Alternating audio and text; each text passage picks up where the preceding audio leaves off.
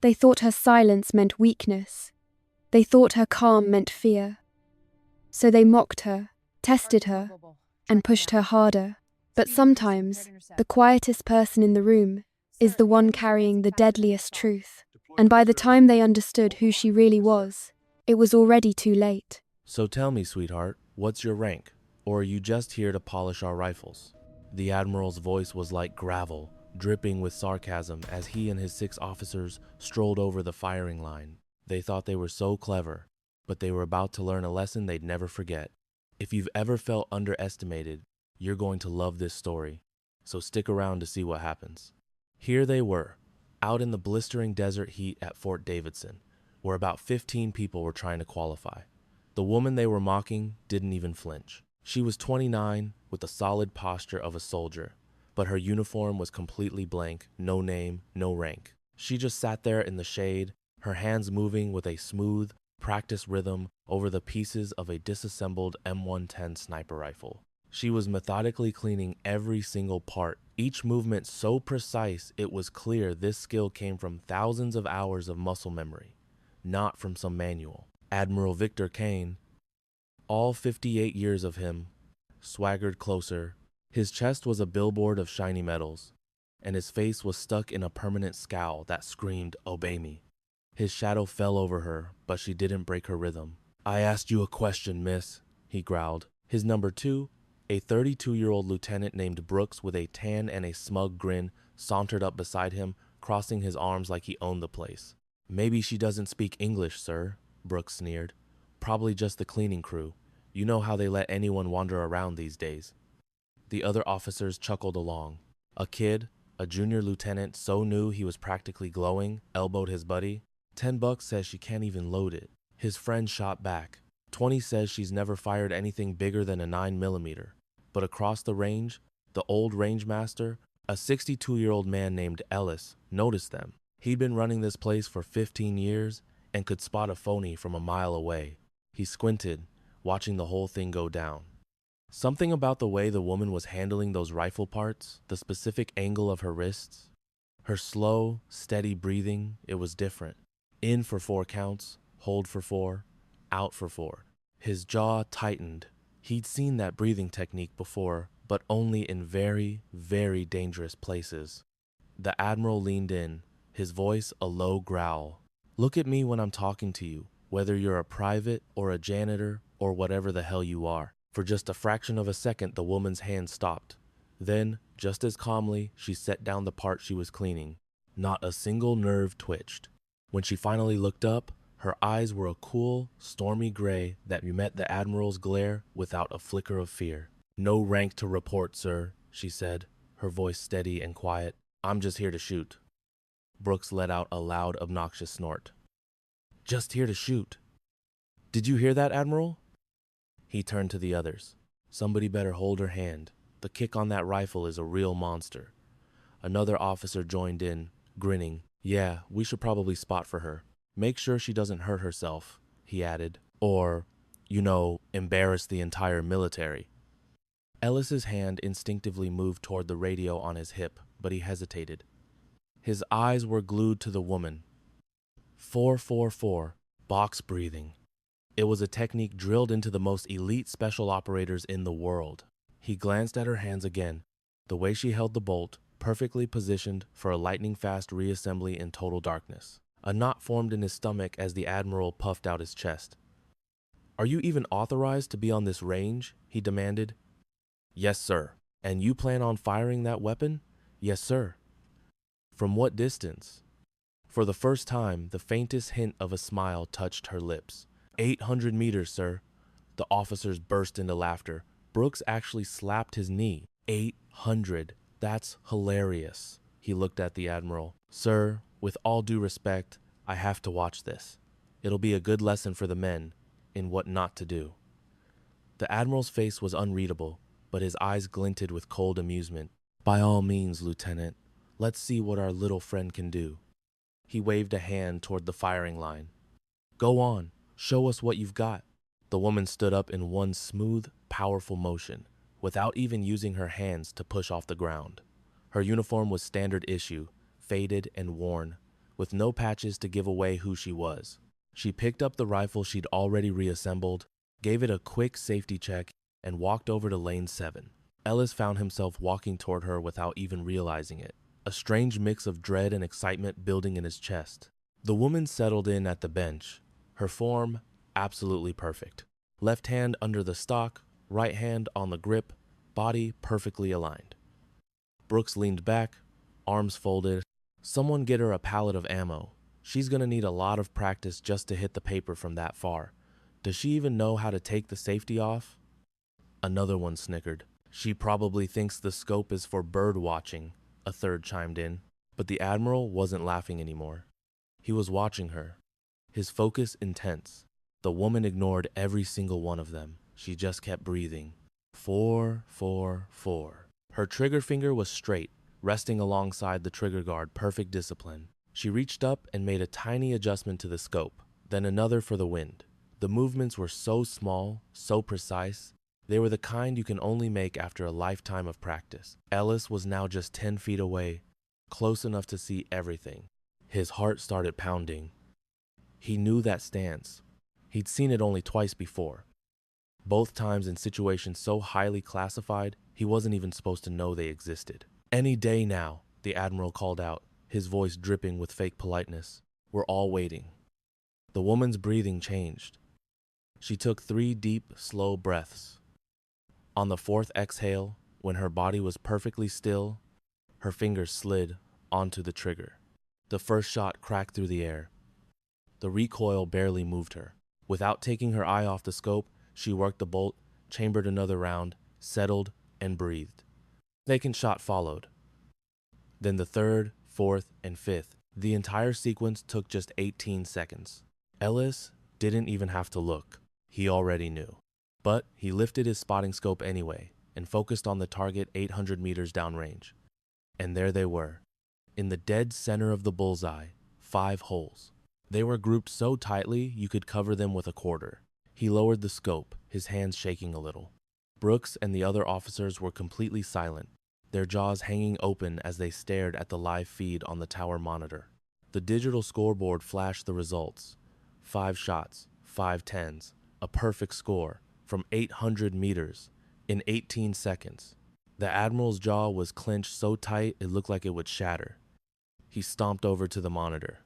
"Check that rangefinder," he barked. "It's calibrated every morning, sir," Ellis said, his voice raspy. "It's right. Check it again." A young officer sprinted out with a handheld laser. "Distance confirmed, sir. 800 meters. Brooks just stared at the woman. She was sitting back from her rifle, hands resting in her lap, looking as calm as if she'd just been reading a book. He cleared his throat, trying to sound confident. "Lucky shots. The wind must have dropped." Then he squinted at her rifle. "That's a custom scope, isn't it?" She just looked at him with those unreadable eyes. "What kind of scope is that?" Brooks demanded, his voice cracking. "Standard issue, Leopold," she said flatly. "Same one you have." "No way. Nobody shoots like that with standard gear." He turned to the Admiral. "Sir, I want to inspect her weapon. It has to be modified. There's something giving her an unfair advantage." The Admiral gave a sharp nod. "Do it." Brooks marched toward lane 7, reaching out to grab the rifle. She stood there, completely still, as he stomped over to her. He didn't even ask. He just grabbed the rifle off the bench, turning it over and over, his eyes scanning every inch for some kind of trick, the scope, the trigger assembly, the barrel. His face soured with disappointment when he found nothing. It was just a perfectly maintained, standard-issue M110 rifle with the Leopold Mark V scope. No secret gadgets, no illegal mods. He slammed it back down. "Fine," he sneered. "So you can shoot. Big deal. Anyone can get a lucky streak. A gust of wind, a fluke, it means nothing." That's when Rangemaster Ellis couldn't help himself. He stepped forward, his voice cutting through the tension. "Lieutenant," he said, loud enough for everyone to hear, "that wasn't luck." "That's enough, Ellis." "Stand down," Lieutenant Brooks snapped, his voice hard as ice. "We've got this." Ellis snapped his mouth shut, but he couldn't take his eyes off the woman. She glanced at him for just a fraction of a second, and in that moment, A silent message passed between them, a flicker of acknowledgement, maybe even a warning to stay out of it. Then her focus was back on the rifle. Brooks marched down to lane 7, the sound of his boots echoing on the concrete. He stopped right next to her and folded his arms, staring at her like she was some strange specimen under a microscope. "Where did you learn to shoot like that?" he barked. "Various places, sir." "That's not an answer." "It's the only one I'm authorized to give you, sir." Another officer, one of Brooks's buddies, let out a smug laugh. "You're not authorized to do anything. You've got no clearance to be here. You're just some nobody who pulled off a 1 in a million shot." He leaned in, his voice practically dripping with scorn. "My guess? Somebody coached you. Made you practice this one exact shot, on this one exact lane, day in and day out, just so you could put on a little show for the top brass." The woman didn't even flinch. She simply began to break down her rifle, her hands flowing with the kind of smooth, effortless precision that only comes from thousands of hours of muscle memory. Kane's eyes narrowed as he watched her. "If you're half as good as you're pretending to be, you won't mind doing it again. Only this time, under real-world pressure." She froze, her hand hovering over the bolt. "What kind of pressure, sir?" "The official Army qualification test. Tomorrow morning, 0800. A new range, targets at unknown distances, and a clock ticking down. The whole 9 yards. You pass, you get certified. You fail?" He leaned in again, his voice sinking to a hostile whisper. "And you're banned from this range for life? And I'll personally make sure everyone on this base knows you're a fraud." "With all due respect, sir, I wasn't trying to show off for anyone." "Then you should have no problem proving it," Kane snapped, puffing out his chest. 0800. You better bring your A game. And don't even think about flaking, because I'm not wasting any more base resources on a phony. Brooks just smirked. "This is gonna be great. I'll even bring a camera to record the epic fail for posterity." The two officers strutted away, their laughter echoing down the empty firing line. Standing about 20 feet away, the range master, Ellis, just watched the whole thing unfold.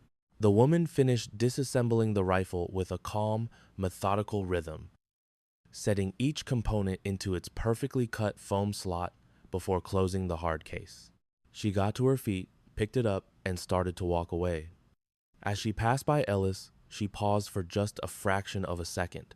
Her eyes met his, and he saw something in them that sent an icy chill down his spine. It wasn't anger or fear. It was a deep, ancient patience, the kind of look you see on someone who has waited a lifetime for a moment exactly like this.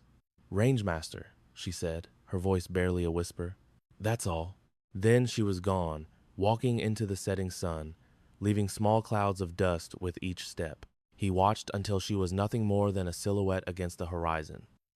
Then, with a hand that had begun to tremble, he lifted his radio and switched it to a secure channel. "Control, this is Rangemaster Ellis. I need to report something, and this is not for the official logs." After a crackle of static, a calm voice answered. "Go ahead, Ellis." He took a deep breath, glancing around to make sure no one was listening. "That shooter, the one who just put 5 rounds into a bullseye from 800 meters in under 20 seconds. I think," he had to pause and swallow hard, "I think you need to run her prints, and you need to do it very, very quietly. Because if my hunch is right about who that is, we've got a serious situation developing here." "Understood, Ellis. Give us her lane number and the time. We'll take it from here." Ellis lowered the radio, his eyes locked on the empty lane 7, where the sandbag still held the ghost of an impression from her rifle. 5 gleaming brass casings were scattered on the dirt, catching the last rays of sunlight. 5 perfect shots, 18 seconds, from 800 meters out. He'd been a rangemaster for 15 years. He'd seen national champions, legendary operators from elite units, and decorated Marine Corps snipers. Not one of them, not a single one, had ever put together a grouping that tight from that range in that little time. Not in this lifetime, anyway. He remembered the rhythm of her breathing, a steady 4 count in, 4 count out. He remembered her grip, her stance, and the terrifyingly calm look in her eyes as a half-dozen officers tore into her. She never took the bait, never got defensive, and never offered an explanation. She just absorbed it all, like someone who had already endured far worse. "So," So much worse. She had the demeanor of a person who understands that words are meaningless when your real target is half a mile away. Ellis bent down and scooped up one of the spent casings. Standard issue military brass. Nothing unique about it, except for the impossible place it had sent its bullet. On instinct, he slid it into his pocket and began the long walk back to the control tower. His mind was racing, connecting dots he wished would stay separate, forming a picture he was afraid to look at. Because, if his gut was right, Lieutenant Kane had just made the biggest, and possibly the last, mistake of his career. And tomorrow morning, when she stepped onto that range for his little test, things were about to get very, very real. If you think she's just a one-hit wonder, you have no idea what's about to be unleashed. Go ahead and hit that like button if you're ready to see some ice-cold payback. And you'll definitely want to subscribe, because you don't want to miss the moment these arrogant officers get exactly what they deserve. As the sun finally vanished, the range grew silent.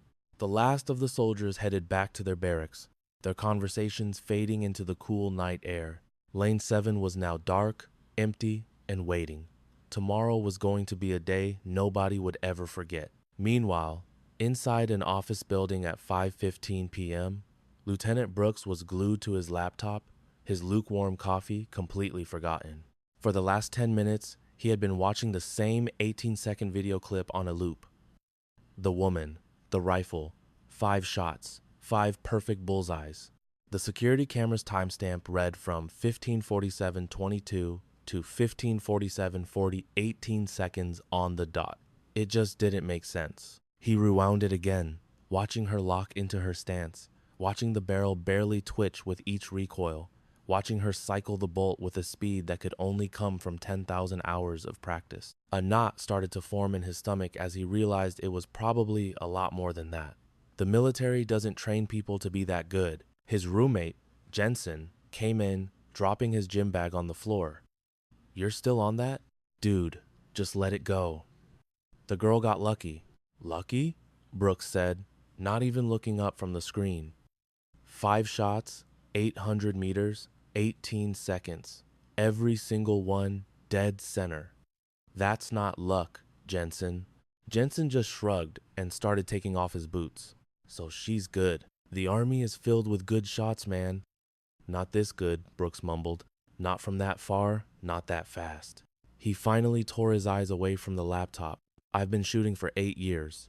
I've held an expert marksman rating for the last 3. My absolute best time for 5 shots at 800 meters is 32 seconds. And I thought that was amazing." She did it in 18, and her grouping was tighter than a pinhead. "So she's better than you. It happens. Get over it." But Brooks couldn't. Something about the whole situation just felt off. It was her posture, the unwavering rhythm of her breathing, the way she just stood there and took the verbal beating while Kane and the others laid into her. It was as if she'd heard it a million times before, like she'd faced down things that made a tongue lashing from an officer seem like a mild annoyance. He slammed his laptop shut and leaned back, frustrated. "I'm inspecting her gear tomorrow morning before the qual. Every last piece. I'm gonna make sure it's 100% standard issue." "Dude, Kane already did that. I know what Kane did. I'm doing it again. Myself. Something isn't right here. She's too skilled, too composed. Her story doesn't add up." Jensen gave him a skeptical look. "You know what I think? I think you're just mad because some random woman walked onto your range and made you look like a total beginner in front of the brass. That's all this is. No, it's not just Brooks cut himself off. Could Jensen have a point?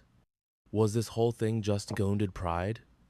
Even so, the facts were the facts. Nobody gets that good without having a serious backstory. And whatever her story was, she was hiding it like a national secret. Her uniform was a blank slate, no name tape, no rank, no unit patch. All he saw was a standard issue uniform, a rifle, and a level of skill that was completely out of place for the nobody she was supposed to be. He stood up and grabbed his jacket. "I'm gonna check the personnel databases, see if anything comes up." "You don't even have her name." "I have her face," Brooks shot back, "and I have the exact time she was on my range. That's a start." He headed for the door, then stopped. "And if I'm right about this, if there's something she's hiding, then tomorrow's little qualification test is going to be one for the history books. Shaking his head, Jensen went back to scrolling on his phone. Yeah, okay, man.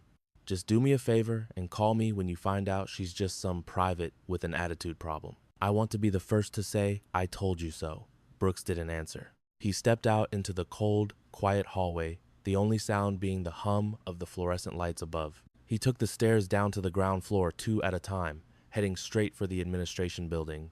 Everything was online these days: personnel records, security clearances, service histories. It was all cross-referenced across every branch of the armed forces. If she was a real soldier, she had to be in the system. And if she wasn't, well, that was a whole other can of worms. He swiped his ID card, and the electronic lock on the records office clicked open. It was long after hours, but his rank gave him after-hours access. He was a powerful admiral, used to getting his way. She was a ghost with no name, a woman who had somehow gotten onto his firing range without a record. He saw her as an insult, an unauthorized presence he needed to crush. So he decided to make an example of her, a public spectacle to reassert his dominance. He never imagined he was making the biggest mistake of his entire career. Stick around to find out how this quiet, unassuming woman takes down one of the most arrogant men in the military without firing a single shot at him. The admiral's top aide, Brooks, was tasked with digging up dirt on her, and he started with the digital access logs. In a room lit only by the monitor's glow, he scrolled to lane 7, checking the window between 3:45 and 4 o'clock. He found the entry, but her name was missing, replaced by a simple, infuriating note: walk on, approved by Rangemaster Ellis. This was a huge breach of protocol. Everyone, and he meant everyone, had to show ID. How did she get past the front desk? He pulled up the security footage, rewound to 3:30, and there she was. She walked to the counter, showed the clerk a card, and was waved through in less than 30 seconds. Brooks zoomed in, trying to get a decent look at the card in her hand, but the camera resolution was terrible. It could have been a standard military ID, or it could have been a library card for all he knew. And since the clerk's computer monitor was angled away from the camera, he was at a total dead end. Frustrated, Brooks leaned back, replaying the day's events in his head. He remembered how Rangemaster Ellis had gone pale after watching her shoot. And then he remembered something else: Ellis making a hushed, encrypted call on his radio, stepping away from the crowd like he was sharing a state secret. Ellis knew something. Brooks swore he would get it out of him first thing in the morning. Outside of that authorization, I can't give you any more details. Do you understand, sir? But I have to know. What you times have times to know is that she has authorization. That's it. You won't run her prints. You won't flag her credentials. And you will absolutely not mention this phone call to a single soul unless you're on a secure channel. Are we crystal clear, Rangemaster? Ellis felt his mouth turn to sandpaper. Yes, sir. Crystal clear. Good. And Ellis, if she shows up for the test tomorrow, you let her shoot. Don't get in her way. That's a direct order. The line went dead before Ellis could even think of a reply. He now sat in the growing silence of his office, his brain working overtime to connect the dots. G2. That's military intelligence. They don't get involved in the day-to-day operations of a firing range. They never call a place like Fort Davidson unless something massive is going down. Something that was so far above his pay grade, it wasn't even funny. He'd been in the Army long enough to read between the lines. The vague answers, the commands that sounded like requests, and the unspoken warning that one more question would be a career-ending mistake. This woman wasn't just some skilled shooter. She was something else entirely. Someone being protected. The kind of person who could make colonels from intelligence call a humble rangemaster and tell him to stand down and forget everything he saw. Ellis slid open his desk drawer, pulling out the single spent shell casing he'd quietly scooped up from her lane earlier. He rolled it between his fingers. It was just a standard brass casing, but the way she had fired it with that ice-cold, almost robotic precision and impossible speed was anything but standard. He knew what the colonel's words really meant. It was a clear warning: back off or face the consequences. This woman wasn't just some skilled shooter. She was protected at the highest levels. He thought about the tattoo he'd barely seen when her sleeve rode up for a split second. It was a complex pattern of dark, geometric shapes on her forearm. It wasn't just ink. It felt like a symbol, a story he didn't want to know the ending to. He realized with a jolt of fear that Admiral Kane had no idea who he was picking a fight with. The Admiral thought he was challenging a soldier. He was actually provoking something far more dangerous. Ellis grabbed his phone and scrolled through contacts he hadn't touched in years, landing on a name. Master Sergeant Lin, retired. Lin lived about a 40-minute drive away in Mesa, but his expertise was from a world much farther away, 2 decades spent in places that don't appear on maps. If anyone could understand the danger, it was him. The phone rang twice. A rough voice answered, "Ellis. Been a while." "Lin, I need to ask you something. Completely off the record," Ellis said, his voice low. A brief pause. "I'm listening." "Hypothetically," Ellis began, "if you saw a woman, late 20s, no rank, hit 5 perfect bullseyes at 800 meters in under 20 seconds with a standard rifle, what would you think?" The silence on the other end of the line stretched on, heavy and cold. When Lin finally spoke, all the friendliness was gone from his voice. "I'd tell you to turn around, walk away, and forget you ever saw her, Ellis." Ellis's stomach dropped. "That's what I was afraid of. The Admiral is forcing her into a public qualification test tomorrow to humiliate her." A string of quiet curses came through the phone. "Then your Admiral is a fool," Lin said flatly. "And you need to get ready for things to go sideways. The kind of sideways that gets careers and people erased." "Ellis, you're not dealing with a hotshot recruit. You're dealing with a survivor. Someone who has seen the worst this world has to offer and came out the other side. If that Admiral pushes her too far, she won't just break his pride. She'll break him." The call ended, leaving Ellis with trembling hands. He knew then that the test tomorrow wasn't just a test of skill. It was going to be a reckoning. Somewhere on that military base, a woman with no name and stormy eyes was getting ready. She wasn't nervous, she wasn't tense, she was just preparing. Because whatever Admiral Kane thought was about to go down tomorrow, he was dead wrong. Completely and totally wrong.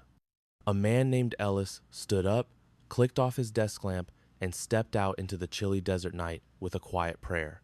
Not for the woman, she didn't need it. He said it for Kaine, because in the morning, the Admiral was going to learn a brutal lesson about underestimating people, delivered from 800 meters away in under 20 seconds. In her small, bare room in Building 12 at 10 p.m., the scene was grim. The concrete walls were painted a sad, government-issue beige, and the only furniture was a single cot, a metal locker, and a small desk bolted to the floor. They thought she was dead, taken out 3 years ago, a ghost wiped from all the official files. But inside this sterile room, the ghost was very much alive. Her only worldly possession was a beat-up duffel bag, but the real story was glowing under the blue light of her laptop screen, written on her own 2 hands.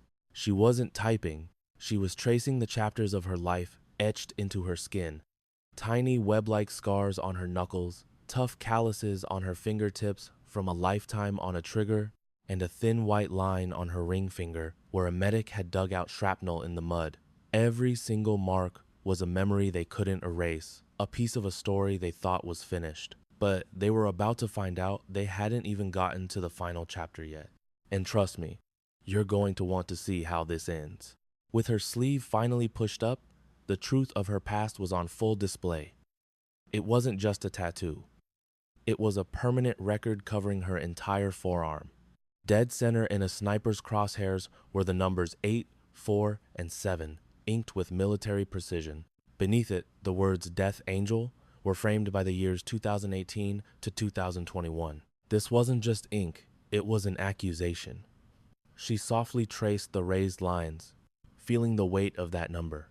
847 lives.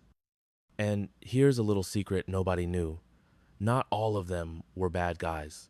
Some were just kids, caught on the wrong side of a war they didn't start. But they all shared one thing in common. She was ordered to take them out, and she never, ever missed. A soft chime from her laptop cut through the silence. A new email. The sender was just a jumble of encrypted letters and numbers. She typed the decryption key from memory, and a message flashed onto the screen. The plan was a go. Their target, Kine, had walked right into the trap. The test was scheduled for 0800. A guy named Brooks was getting too close, and someone named Ellis was hiding something. The orders were simple.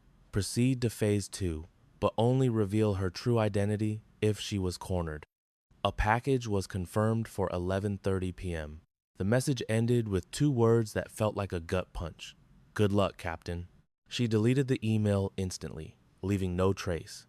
It had been years since anyone had called her captain. 3 years, to be exact.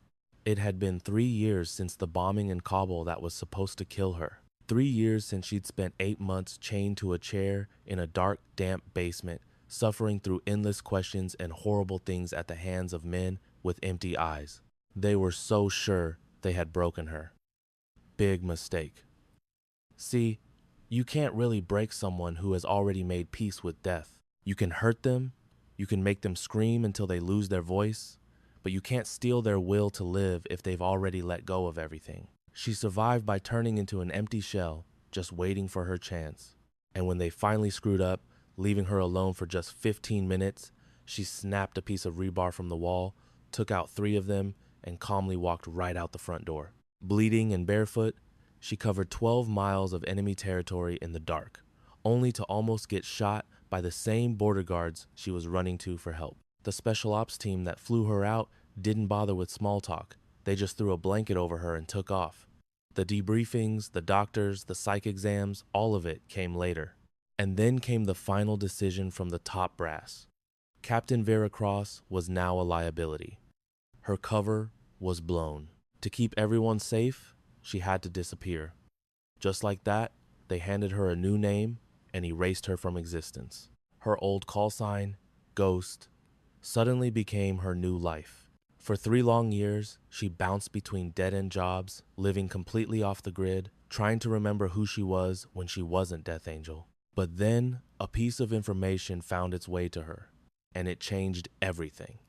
The same corrupt network that had murdered her father and left her for dead was still active, buried deep inside the military. They were selling secrets and getting good soldiers killed, all for profit. And their next target was an admiral named Victor Kine, not because he was one of them, but because he was about to expose the entire operation. The man knew too much.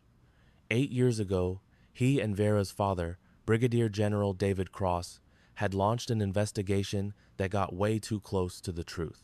But that investigation ended the day her father was killed by a car bomb right outside their house. Vera was only 13. She saw it all on the evening news, the flames, the body bag, her mother collapsing at the funeral.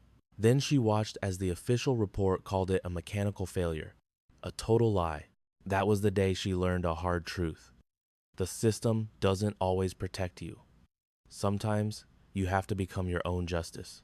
So at 18, she enlisted, fought her way up, and got so good at her job that a man named Jaycock pulled her into a secret war no one was supposed to know about. With every enemy she took down, she was secretly crossing a name off her own list. 23 people tied to her father's murder, hidden among her 847 official kills. These people thought they were untouchable. They were dead wrong. But she quickly learned the network was bigger than she ever dreamed. And now, they were after Kine. That was the signal. It was time for the ghost to come back. It was time to play the one card they never saw coming. The fact that she was still alive. Death Angel wasn't buried in some unmarked grave in Kabul. And tomorrow morning, when Kane and Brooks try to publicly shame her with fake fraud charges, they are in for the shock of their lives. That's when they'll see the tattoo. That's when the whole truth will come spilling out. This isn't about getting famous. She knows that's a good way to get killed. This is about sending a message. Kine has to know his life is on the line, and Brooks needs to understand he's just a pawn in a much bigger game. Sometimes, the only way to win is to flip the whole board over. A sharp knock on her door, 3 quick taps, a pause, then 2 more. The signal. The package was here. Vera cracked the door just enough to see a man with a blank expression. He handed her a small case, gave a single nod, and vanished down the hall. She bolted the door, placed the case on the desk, and popped it open. Inside was a secure, untraceable phone and a single photograph. It was of Admiral Kane leaving his home just 2 hours ago. But lurking in the background was a dark sedan with tinted windows. Her blood ran cold. It was the same make and model as the car that was parked on her street the night her father was killed. The license plate was different, but it was their style. They were getting cocky. She set the photo down and picked up the phone. It was already on, displaying a single contact, Tower 4. But she wasn't going to make that call yet. First, Kaine had to see her. He had to know exactly who was hunting the men that were hunting him. After that, she'd make the call. After that, it was time for phase 3. Vera pulled her sleeve down, hiding the tattoo again. She lay back on the cot, lacing her hands behind her head and staring at the ceiling. Sleep wasn't going to happen tonight, but that was okay. She was trained to operate without it, to push beyond every known limit of pain and exhaustion. Jakok had made damn sure of that. Tomorrow at 0800, Kaine and Brooks would do their best to ruin her. They were about to fail so spectacularly that it would start a fire they could never hope to put out. A fire that would only end when the entire corrupt network was burned to ashes and justice was finally served. Real justice was never clean. The kind that was long overdue was always messy. She had taken 847 lives. 23 of them were for her father. The rest were for her country, for her team, for the mission. But tomorrow wasn't about adding another body to the count. Tomorrow was about making sure target number 848 never even got a chance to exist. It was about keeping a man named Kaine alive long enough to talk. It was about making sure the people who stole her dad from this world could never hurt another family again. Closing her eyes, she started her breathing exercise. In for 4 seconds, hold for 4, out for 4. It was the same rhythm that kept her calm in a firefight, that kept her sane during interrogations, and that got her through 3 long years in the shadows. It was the rhythm that would get her through tomorrow, because she was more than a weapon, more than a soldier. She was a promise, sealed in blood and kept in the silence. The next morning, Admiral Kaine stood smugly before the crowd, ready to enjoy the show. Vera Cross stepped up to the lane, her expression unreadable. What he didn't know was that this wasn't about winning a competition. For 16 years, ever since her father was framed by men like him, she had been on a mission. Each step was precise, each move calculated to dismantle the corrupt system from within. She raised the rifle, and in a display of impossible speed and accuracy, she didn't just pass the test, she redefined it. Just as the Admiral stood there, speechless, a helicopter landed nearby. A 2-star general stepped out, walked directly to Vera, and saluted her. "Ma'am," he said, loud enough for everyone to hear, "your transport is ready." Kaine's face went white. He wasn't looking at a soldier, he was looking at his judge. And the lesson that day was clear. True power doesn't wear its rank on its sleeve. She just couldn't allow it. They didn't call her the Death Angel for nothing. She never missed. Not from 800 meters, not from half a mile out, ever. The ceiling fan above her spun in slow, lazy circles, slicing through the quiet air. Down the hall, she could hear the normal sounds of life, footsteps, a distant laugh, a muffled voice, the soundtrack to a world she barely remembered, a life she had centuries ago, before she became this. Before the tattoos, before the list of names she carried in her head, before her entire world went dark. Maybe, just maybe, when all this was over, she could have that again. Maybe she could just be Vera Cross, a soldier who served her country, instead of the Death Angel, a ghost holding a rifle. Maybe her story didn't have to end in some windowless room, strapped to a chair, while men with no faces asked questions she'd die before answering. Maybe, but she had to get through tomorrow first. The test, the big reveal, that one single moment when Admiral Victor Kane would see the tattoo on her arm and the pieces would finally click into place for him.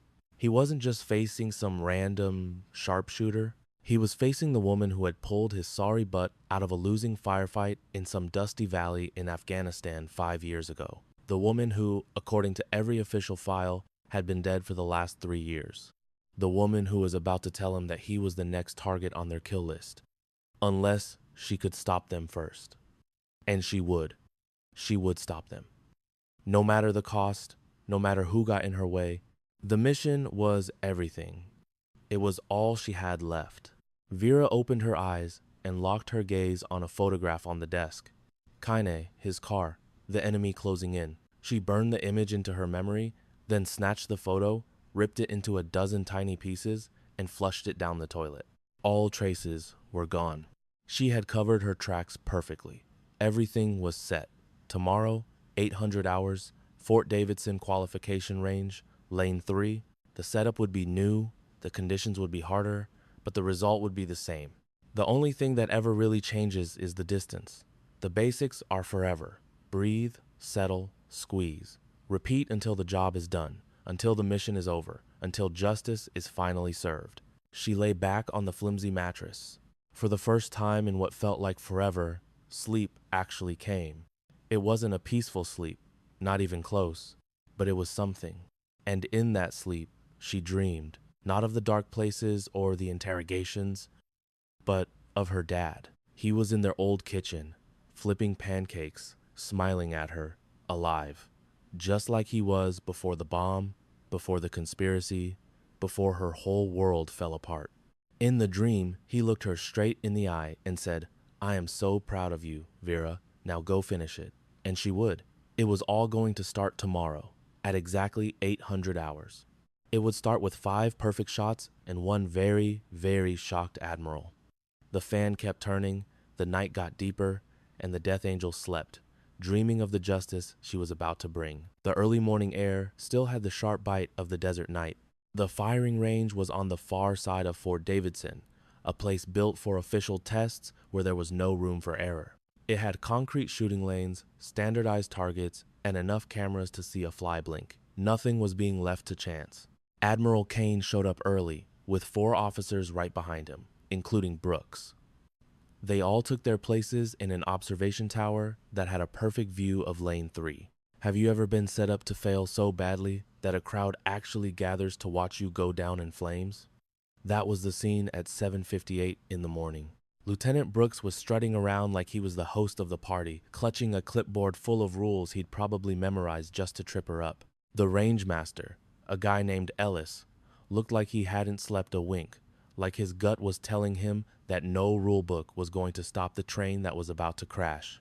An order had come from way up top, from Colonel Vance himself. Just let this play out. But every fiber of Ellis's being was screaming that today was going to be a complete disaster. Word had gotten all over the base about the mystery woman who'd shown up and embarrassed the top admiral. And now, everyone was here for the sequel, to watch her get put in her place. They all wanted to believe that yesterday was just a lucky break, that the world still made sense, a world where your skill was supposed to match the rank on your uniform.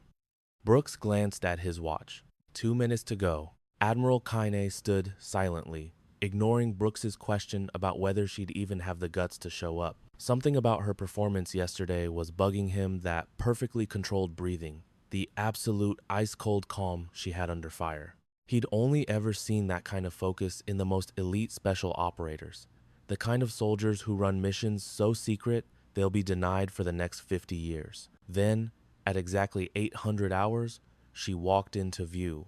She was wearing the same plain uniform with no rank, carrying a rifle case. The crowd literally parted like the Red Sea as she walked, her gaze locked on shooting lane 3, completely ignoring everyone staring at her. Brooks deliberately stepped into her path. "I'll need to inspect your weapon and your gear before you begin." She just stopped and looked right through him, saying nothing. "Regulations clearly state," he announced, puffing his chest out for the audience, "that any personal firearms require a complete pre-qualification inspection. Open the case." Without a single word, she set it on the ground and unclipped the latches. Brooks got on his knees and started tearing it apart. He checked the stock, the receiver, the scope, the barrel. He checked every single serial number. He measured the trigger pull. He inspected the scope mounts. And with every single part that was perfectly legal and within regulations, you could see the frustration growing on his face. He couldn't find one single thing to call her out on. Finally, he slammed the case shut. "Fine. You're clear to proceed, he grumbled, getting to his feet. But just so you're aware, the target is at 1,000 meters today, not 800. That's a whole different ballgame. You get 3 attempts, 5 shots each. You need a minimum score of 45 out of 50 to qualify. And just so we're all on the same page, he added with a smug little grin, we have cameras recording every single angle this time. She simply picked up her case, walked over to lane 3, and began setting up her equipment. The crowd shuffled a little closer, and someone cracked a joke about needing a telescope just to watch her miss. The whole thing felt more like a circus than a military qualification. The range officer's voice crackled to life over the speakers. Shooter, you have 10 minutes to prepare. 3 attempts, 5 shots per attempt. A minimum score of 45 is required. The range is now hot. You may fire when ready. She settled into position behind the rifle, every single movement smooth and efficient. She adjusted the scope, took one long, slow breath, and fell into that perfect rhythm. In for 4, hold for 4, out for 4. Brooks leaned over to Kane. Watch this, he whispered. This first shot is going to be miles off. A classic rookie mistake at this kind of distance. A rifle shot split the morning, quiet, clean, and sharp. 1,000 meters away, a screen flickered to life, showing a perfect bullseye right in the 10-point ring. Lieutenant Brooks just rolled his eyes. Pure luck, he muttered to himself. The wind's doing all the work for her. The second shot rang out, just as steady, just as calm. Another perfect 10. The crowd, which had been whispering and mocking, fell silent. People started to lean in. Their curiosity piqued. The third, fourth, and fifth shots punched through the exact same spot, tearing a single ragged hole in the target's center. A perfect 50 out of 50 on her first attempt. Brooks's face went pale as he stared at the monitor. Double-check the range, he barked at the operator. There's no way that's right. Over the radio, a calm voice replied, All systems green, sir. Range is 1,000 meters, give or take a few inches. We ran a full diagnostic this morning, by the book. Admiral Kane stepped up to the screen. His eyes narrowed in disbelief. He couldn't wrap his head around it. 5 shots you could cover with a quarter, from 1,000 meters out, with a gusty crosswind. This was beyond skill.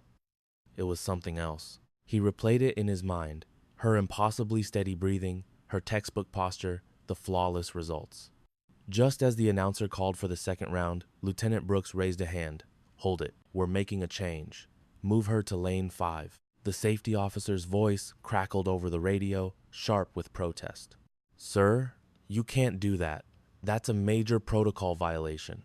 I'm the senior officer here, and I'm calling it a safety issue. Brooks lied smoothly. The trees are giving her cover on lane 3. Lane 5 is completely exposed. If she's the real deal, this shouldn't be an issue. From the sidelines, Admiral Kane gave a slow, deliberate nod. Do it. The woman, Vera, didn't say a word. She just packed up her rifle and calmly walked over to lane 5.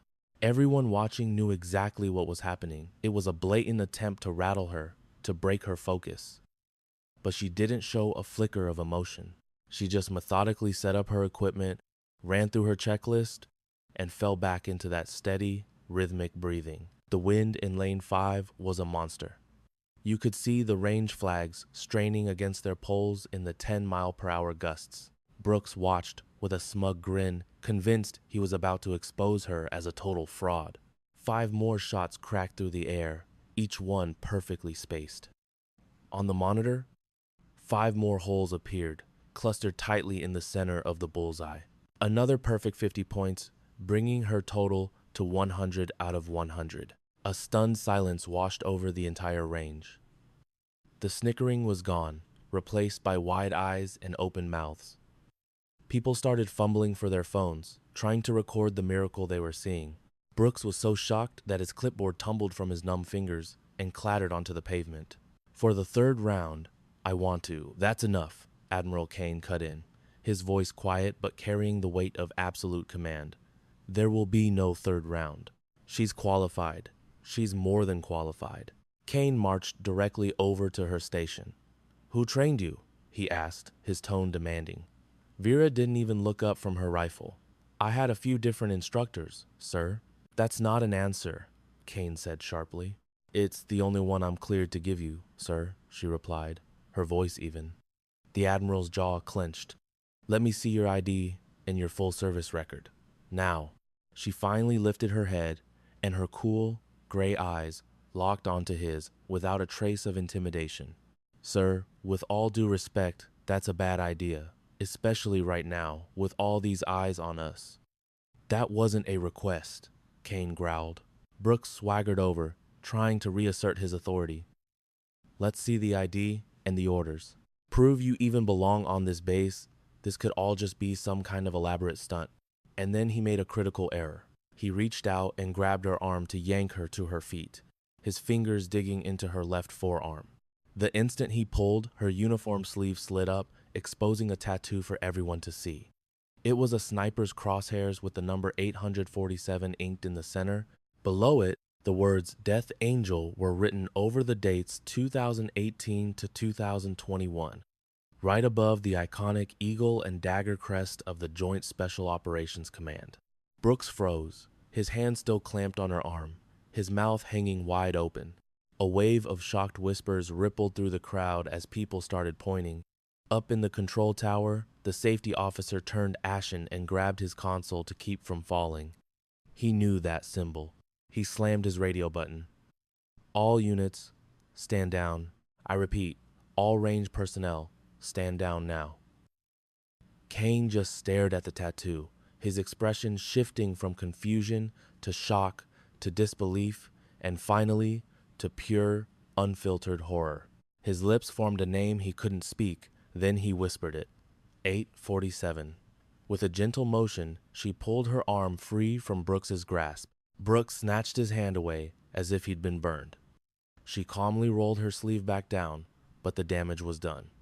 They had all just seen someone who was supposed to be dead. Kane's voice was barely a whisper. You're Ghost. The name hit the range like a shockwave, freezing all 50 people in place. Ghost, call sign 847, was a military legend, an operator who was officially enlisted as killed in action 3 years ago. Yet here she was, an old-timer wearing a veteran's cap pushed through the stunned crowd. It was retired Master Sergeant Lin, who'd driven for hours to get here after an anonymous tip. He stopped a few feet away, his eyes locked on her with total reverence. Death Angel, he breathed. Operation Silent Dawn. Afghanistan, 2020. You saved the Admiral's entire unit in that ambush. The story was you took out 30 hostiles by yourself in less than 6 minutes. They said your longest confirmed kill was over 1,200 meters, Lin continued, his voice thick with emotion.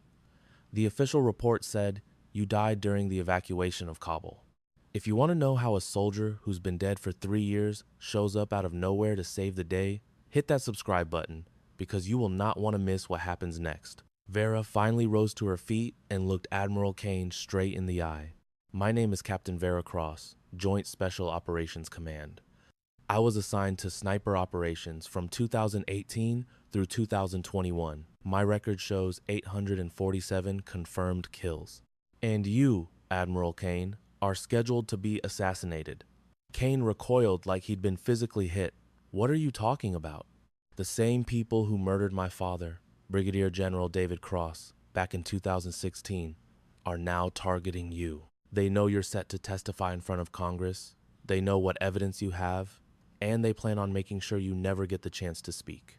Brooks, his voice shaking, finally sputtered, That's completely insane. Vera's eyes snapped to him, cold as ice. Lieutenant Brooks, how long has your family been getting threats? When did they start mailing you those pictures? The ones of your wife, Sarah, getting into her car after her shift? Or the ones of your kids, Emma and Lucas, at the school playground? The color drained from Brooks's face, replaced by a mask of sheer terror. How do you know their names? Because, Vera said, her voice dropping to a deadly whisper, the people threatening them are the same people who left me for dead in Kabul. They've been blackmailing you, using your family to make you sabotage anyone who gets too close to the Admiral. And at this very moment, they're holding your wife and children hostage. The clipboard Brooks had just picked up fell from his hands again, cracking on the concrete. He started to shake uncontrollably. "You don't know what you're talking about. Warehouse at the south end of the base," she stated, not even blinking. "2 men are guarding the outside. There are 3 more inside with your family. For the last 6 weeks, they've been feeding you coded orders, haven't they?" she said, laying his entire nightmare bare. "It started small, leaking some schedules, messing with duty assignments, but then they told you to shut down anyone who got too curious about the Admiral's security. And when I arrived, your job was to make sure I flunked this test in the most public, humiliating way possible." Brooks stumbled backward, his face crumbling. "I had no choice," he choked out, tears carving tracks down his cheeks. "They sent me photos. They showed me what they'd do to my family if I didn't play along. I had to." "I know," Vera replied, her voice softening almost imperceptibly. "And that's why I'm here. We're going to bring them home." Kane was still trying to process it all. This ghost of a soldier, a conspiracy he thought was dead and buried, and a direct threat against his own life. If this is all real, why put on such a show? Why not just come tell me? "Because," she said, her eyes drilling into his, "I needed to know which one of your people was the rat. I had to bait the hook, make them believe their little plan was unfolding perfectly," she explained, her gaze never wavering. "And I needed you to see exactly what I could do before I dropped the news that your life is in danger. 5 years ago, in that valley, you got on the radio and asked me who I was. I said it didn't matter. The only thing that mattered was keeping you alive. Nothing has changed, Admiral. Your only job is to live long enough to testify. I'll take care of everything else." Master Sergeant Lin snapped to attention. "Captain Cross, give us our orders. We're going to hit that warehouse and get Lieutenant Brooks's family out," she said, her voice instantly taking on the steel of command. "I've got 43 minutes before they move them. If that happens, we'll never see them again." She then fixed her gaze on the broken lieutenant. "I can get them back, but you have to help me. You need to tell me everything you remember. Right now, can you imagine being forced to betray your entire code of honor just to keep your family from being harmed? That was the hell Lieutenant Brooks had been living in for 6 weeks. Trapped with no way out, he finally confessed everything to Vera, the investigator. They'd grabbed him, thrown a hood over his head, and driven him to a warehouse on the south side, just so he could see his wife and kids with his own eyes and understand the threat was deadly serious. With the truth out in the open, Vera faced Admiral Kane. "Sir, I've been tracking this network for 3 months. I know their hideouts, their patterns. I need your authorization to conduct a hostage rescue on U.S. soil." This time, there wasn't a hint of doubt in Kane's expression. "You've got it. What else do you need?" Vera's eyes were like stone. "I need Lieutenant Brooks with me, and you will stay in this room with every single person here as a witness until we're back. They won't make a move on you with this many eyes watching." She drew a steadying breath. "And I need Rangemaster Ellis to pull all security footage from the last 3 months. I want a complete log of every vehicle that entered the industrial park between 2 and 4A. M, the person behind this isn't some phantom on the other side of the planet. They're here, on this base. Someone with high rank. Someone we're all supposed to trust." Ellis was already turning to leave. "Consider it done." The Admiral looked at Vera, but this time he was really seeing her, not just the uniform, but the soldier who'd saved him. The woman who'd endured 8 months of captivity, and the person who had spent 16 years hunting the monsters who killed her father. "Why didn't you tell me any of this sooner?" Her gaze met his. "Because yesterday, all you saw was a nobody. Today, you needed to see the ghost. The woman who pulled you out of the fire. The one who can't miss. And now, I need you to trust me one more time." Her voice dropped to a low, intense whisper. 8 years ago, my father was your partner. The two of you were investigating fraud in military contracts. He found evidence of a massive corruption ring that went all the way to the top. The night before he was scheduled to brief the Secretary of Defense, his car exploded. I was 13 years old. I saw it on the news. I watched them put what was left of my dad into a body bag. Her voice was devoid of emotion, but it carried the crushing weight of a wound that never healed. They called it a mechanical failure. Case closed. But I knew Even at 13, I knew they had murdered him. So I waited. The day I turned 18, I enlisted. I fought for every promotion, got myself recruited into a black ops team, and with every mission, every target I took down, I checked them against a list of names connected to my father's murder. 23 of my 847 confirmed targets were on that list. 23 individuals who thought they got away with assassinating a brigadier general. The color drained from Admiral Kane's face. David Cross. He was my closest friend, my partner. After he died, his voice broke.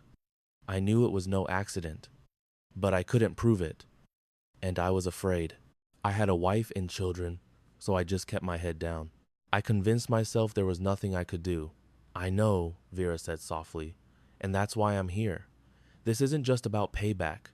This is about finishing the job he started. Because the very same people who killed my dad are now coming after you. Only this time, I'm the one who has the skills, the proof, and the absolute will to burn their whole organization to ash. But for that to happen, I need you to stay alive and testify. I need Lieutenant Brooks to find his courage and choose to do the right thing. And I need exactly 42 minutes to execute a rescue that saves 3 innocent lives and shatters this conspiracy for good. Brooks wiped the tears from his face.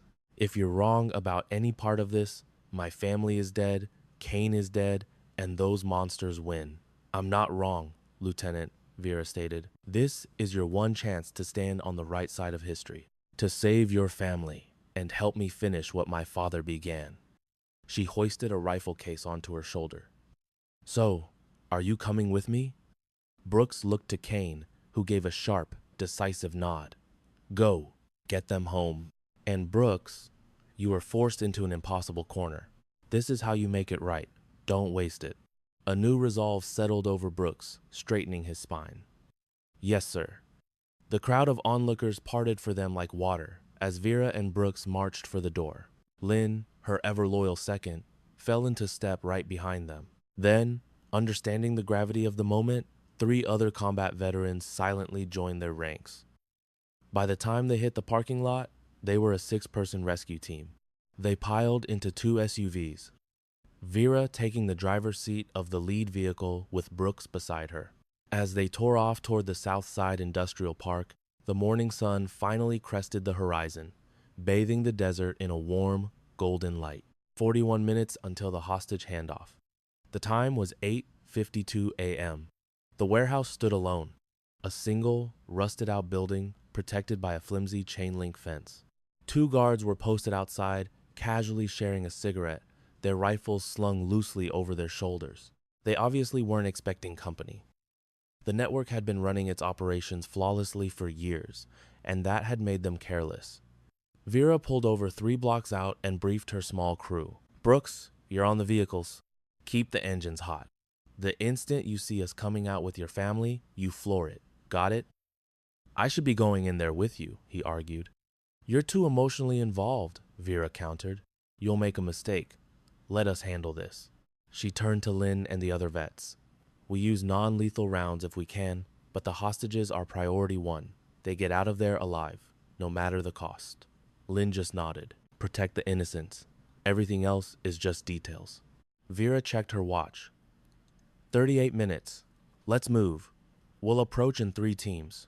They split off, disappearing into the urban shadows to approach from different angles. Vera's team from the east, Lynn's from the west. The 2 guards never saw it coming. There were 2 soft hisses from suppressed rifles, and both men crumpled to the ground, knocked out by tranquilizer darts. The team met at a side entrance. Vera didn't bother with a dramatic door breach. Instead, her skilled hands made quick work of the lock, and she eased the door open. Sometimes, the quietest approach is the most deadly. Inside, 3 more hostiles were gathered around a folding table, deep in a game of cards. On the far side of the room, Sarah Brooks was tied to a chair. Her 2 small children were bound at her feet, terrified but safe. The card players never even got the chance to stand up. Vera's team swept through the room like a ghost, a silent storm of precise, overwhelming force. In less than 15 seconds, all 3 men were disarmed, zip-tied, and out of the fight. Sarah was already crying in relief, gathering her kids into a desperate embrace. But Vera knew they weren't finished. Rifle at the ready, she moved to a back office and kicked the door off its frame. A woman sat behind the desk. She appeared to be in her early 50s, with graying hair pulled back into a severe military-style bun. The silver eagle of a full bird colonel was pinned to her uniform's collar. It was Diane Frost, the deputy base commander, a woman held in the highest regard by everyone, and the secret mastermind of the entire corrupt network. Frost looked up, completely calm. "Captain Cross, I suspected you would put the pieces together sooner or later." "On your feet," Vera commanded, her voice ice. "Let me see your hands." Frost rose from her chair with a smug, patronizing smile. "You realize this changes nothing. I'm just a single gear in a much, much larger machine." "Maybe," Vera replied, her voice dropping to a dangerously low level. "But you're the gear that murdered my father. You're the gear that betrayed this country. And you're the gear that stops turning today. You are going to talk. You're going to give me every name, every offshore account, and every dirty little secret of this operation. Because if you don't," Vera said, her voice dropping low, "you're going to vanish inside a supermax prison. No deals, no cameras, no one to hear your story. You'll just be another traitor nobody remembers." A hollow laugh escaped Frost's lips. "You think a cage scares me?" "No," Vera replied, taking a step closer. "But being irrelevant terrifies you. Being forgotten, rotting away while the machine you built hums along without you. Testify, and you become the person who burned it all to the ground. Your name gets a chapter in the history books. Refuse, and you're just nothing." For the first time, a flicker of something raw fear or cold calculation flashed in Frost's eyes. "On your knees," Vera commanded softly. "Hands behind your head." After a long, heavy silence, the colonel slowly sank to the floor. Lynn moved in, the click of the handcuffs echoing in the warehouse. Outside, Brooks saw his family emerging from the shadows. His daughter, Sarah, bolted straight into his arms while his other children clung to his legs. A whirlwind of tiny hands. He fell to his knees, pulling them all into one massive, tear-filled hug. "I'm so sorry. I should have." "You saved us," Sarah whispered, her voice muffled against his shoulder. "That's everything." Vera appeared last, marching Frost out at gunpoint. By then, Admiral Kane had arrived with a full escort of military police, a helicopter chopping the air overhead. The entire base was locked down tight. Kane strode directly to Frost, his face a mask of stone-cold fury. "Why?" Frost said nothing. "Why did you murder David Cross? Why was I a target? Why throw away the oath you swore to this country?" Frost finally looked him in the eye, her voice utterly devoid of emotion. "Because the system is rigged. Because the people at the top get rich while soldiers at the bottom die for their lies." Armed with Brooks's intel, Vera led a small, elite squad and hit the warehouse like a thunderstorm. It was all over in a handful of minutes. The operations mastermind, a dirty contractor named Frost, just smirked as she was cuffed. "Somebody has to make a profit off all this chaos," she sneered. "Might as well be us." "Us?" Kane's voice was pure ice. "You said us. Who are your partners?" Frost just offered a smug grin and kept her mouth shut. Vera stepped forward. "Oh, she'll talk. They always do, once they realize the only alternative is watching their world burn from the inside of a concrete box." As the military police dragged Frost and her 5 cronies away, medics were already checking on Sarah and the kids, who were shaken but physically fine. Brooks walked directly to Vera, and right there in front of the Admiral and everyone, he dropped to one knee. "Captain Cross, I treated you like dirt. I tried to humiliate you in public. I put your life in danger. And the entire time, you were here protecting my family, stopping an assassination, and finishing a mission your own father started." His voice cracked, heavy with shame and gratitude. "I know I don't have any right to ask, but I'm asking for your forgiveness," he said, his eyes fixed on the ground. "You gave me back my entire life today. You gave me my wife and kids.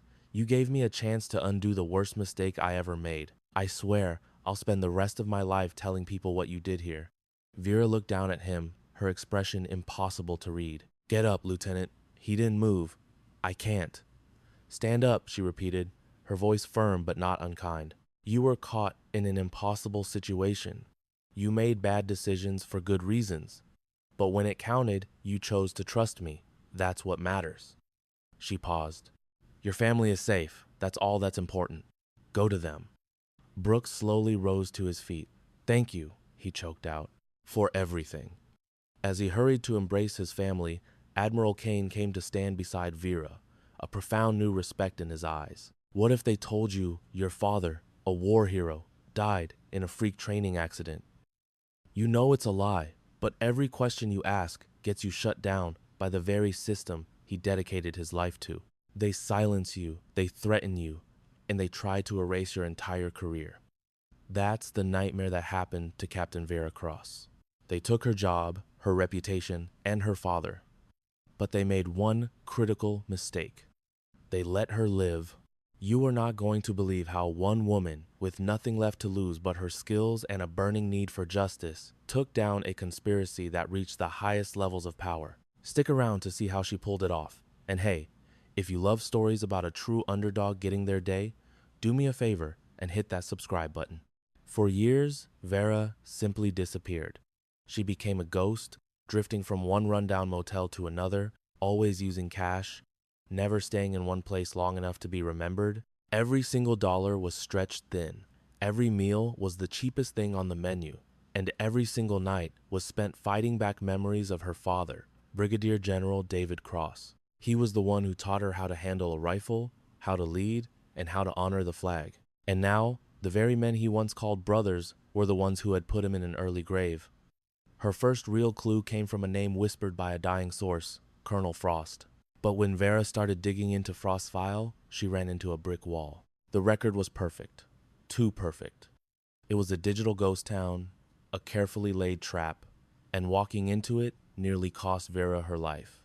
She barely got out alive, realizing with a chill that Frost's network had eyes and ears everywhere. In a moment of sheer desperation, she reached out to the only person she thought she could still trust, her father's oldest friend, Captain Kane. But when she finally managed to get him on a secure channel, his voice was cold as steel. He ordered her to drop the investigation, telling her she was chasing shadows and dishonoring her father's name. The rejection was a devastating blow. Could he be one of them, too? That surprise, betrayal, cut deeper than any bullet.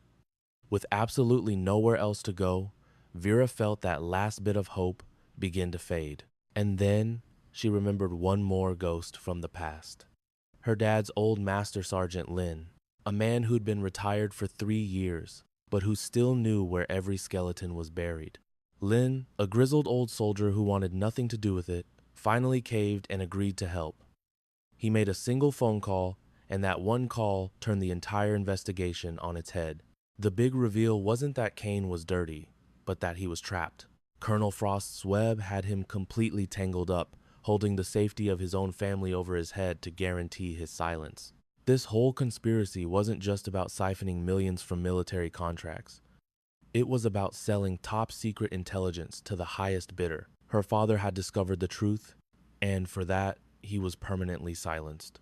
In an instant, everything clicked into place. Kane wasn't a traitor. He was a victim. And just like that, Vera knew what she had to do. This wasn't just about avenging her father anymore. It was about saving a good man's family and his soul. 3 months later, after the media storm had passed and the congressional hearings were finished, the justice Vera had fought so hard for came down like a ton of bricks. Frost was hit with a sentence of 35 years in federal prison. 4 other colonels got sentences ranging from 20 to 30 years apiece, and more than a dozen other officers were court-martialed and dishonorably discharged. The entire corrupt network was shattered from the inside out. Brooks, the man Kane had been forced to protect, was cleared of all the phony charges and reinstated, his family finally out of harm's way. As for Captain Kane, his 6 hours of testimony completely blew the lid off the procurement scandal, forcing a total reform of military oversight. He retired with full honors, his name cleared, and his conscience finally clean.